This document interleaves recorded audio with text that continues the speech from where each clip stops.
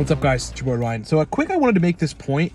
Yesterday I posted about sugar and how, look, if you're not particularly sedentary, at least sedentary all day, and you do work out pretty intensively at the gym, you lift weights, you get a good workout and you're moving your body, you're changing a lot of things. You're changing blood pressure for the better. You're optimizing the way that you store glucose for the better. You're changing microcirculation, all these positive things, right? So that body is a different body than a very sedentary person who doesn't work out. So the former can tolerate simple sugars. That was the point. Sugar, your body doesn't distinguish between that, simple sugar and the sugar that's in cauliflower, as an example. It's going to break down into monosaccharides. The monosaccharides are going to convert to glucose. No different. Your body doesn't know the difference. I'm not saying eat a ton of sugar. I'm saying some degree of sugar is good. And there are many anecdotals out there on the web of people avoiding carbs, God forbid, but avoiding sugar itself and working out intensively and then going back on sugar and be like, oh, I feel so much better. And I was having issues, energy issues, other issues, anxiety issues. So I wasn't eating enough sugar based on my energy expenditure, which is significant. The same is true for things like blood pressure. I'm a notoriously low blood pressure guy, right? It's because I was in the Army from age, was I 20 when I got in to 24. So I didn't stop moving for 4 years, right? I conditioned my body to be in great shape. Thereafter, I still ran 5 to 7 miles a day. I'd take some breaks, but largely I ran many miles a day. I've scaled that down, obviously, over the years. I don't run as much now, but I still work out. I have to, okay, after all of that, make sure my blood pressure doesn't get too low, right? So I have to eat salty, robust foods, and I've got to eat sugary foods because, sugar raises your blood pressure as well. It's one thing that folks don't really recognize about it, is that it has a great capacity to raise blood pressure. Again, that's not great for a sedentary person, but it is it's absolutely necessary for a person that pushes themselves to the degree that I do and that folks do in the gym, etc. All right.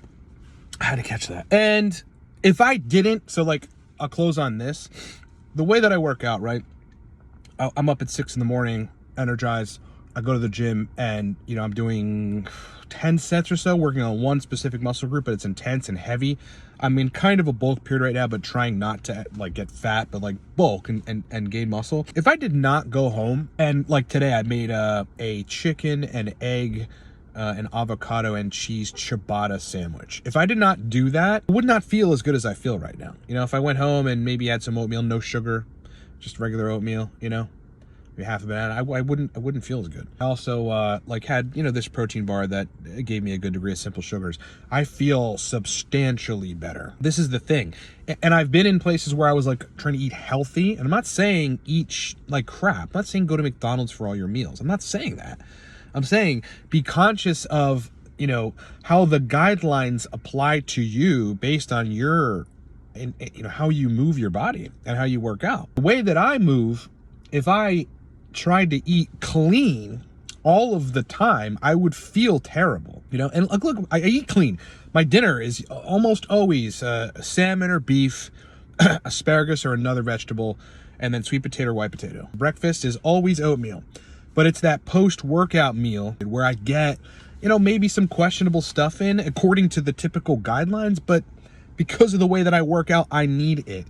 If I don't get sugar and if I don't get salt and some degree of fat mixed with a dose of, somewhat slow digesting carbohydrates, I don't feel as optimal. But I'm not skimping on the things that I need because I think the guidelines apply. You know what the guidelines apply to?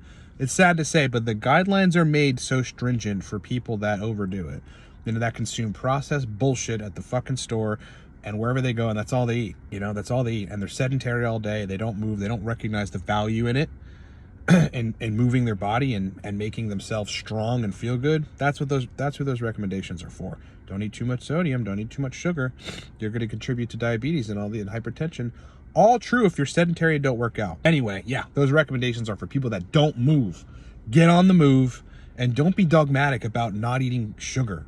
Your body doesn't know the difference, and if you're hitting the gym and you're intensively working out, you're going to need it. Same with salt. Thanks for watching.